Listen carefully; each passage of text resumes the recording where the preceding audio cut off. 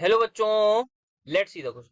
The question is a chemical reaction this 2N2O5 this plus 4N2O and यहाँ पे O2 मिल रही है gas. In gas phase was carried out in close phase. The concentration of NO2 was found to increase by 5 into 10 raised to power minus 3 mole per liter in 10 seconds. Calculate the rate of consumption of N2O5. So we have to calculate किस rate से हमारी N2O2 कंजप्ट हो रही है. So यहाँ पे जो की कॉन्सेप्ट हमारा यूज होगा दैट इज एज सिंपली हमारे पास होने जा रहा है रेट ऑफ रिएक्शन का. रेट ऑफ रिएक्शन, ठीक है. अब यहाँ पे ये रिएक्शन हमें दी हुई है that is 2N2O5 in gaseous phase is giving me 4NO2 plus oxygen. तो यहाँ पे अगर मुझे रेट ऑफ दिस रिएक्शन लिखना होगा तो वो मैं लिखूंगा minus of what,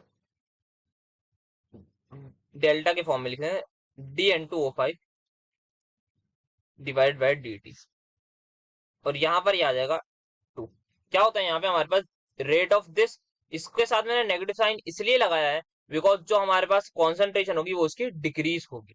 that is minus delta N2O5 divide by DT is rate of consumption of NO2 और डिवाइड बाय इसका stoichiometric coefficient is equal to delta NO, क्योंकि यहाँ पे NO2 क्या हो रही है, फॉर्म हो रही है, तो इसमें जो है इसकी कॉन्सेंट्रेशन बढ़ रही होगी, तो इसके साथ हमें लगाने की जरूरत नहीं है माइनस. सिमिलरली ऑक्सीजन के साथ भी, तो डेल्टा ऑक्सीजन डिवाइड बाय यहाँ पे आ जाएगा 1DT.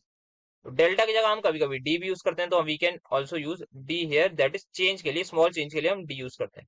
तो ये हमारे पास हो जाएगा रेट ऑफ रिएक्शन. तो यहाँ पे हम तीन तरीके से इस रिएक्शन के रेट को लिख सकते हैं. इसकी कॉन्सेंट्रेशन में चेंज डिवाइड बाय इसका स्टोइकोमेट्रिक कोएफिशिएंट, माइनस साइन इसलिए लगाया क्योंकि ये क्या हो रही है, डिक्रीज हो रही है. अगर पहले 100 थी बाद में 80 हो जाएगी, तो 80 माइनस 100 क्या होता है, -20. बट हमारे पास रेट नेगेटिव में नहीं होगा, तो माइनस से माइनस कैंसिल करने के लिए ये माइनस हम लगाते हैं.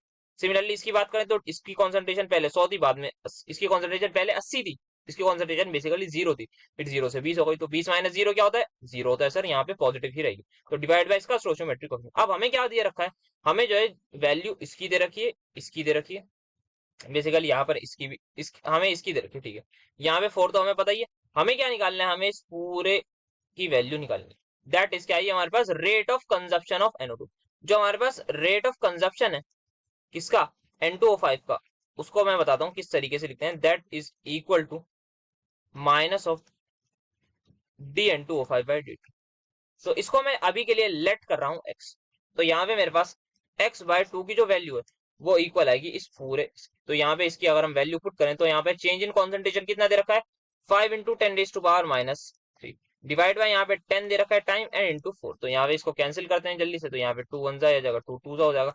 ये हमारे पास फाइनली हो जाएगा 2.5 into 10 raised to power -4 मोल पर सेकेंड, मोलर पर सेकेंड बेसिकली, या फिर आप लिख सकते हैं mole litre inverse second inverse. तो ये हमारे पास क्या हो जाएगा, rate of consumption of N2O5. So this will be my final answer.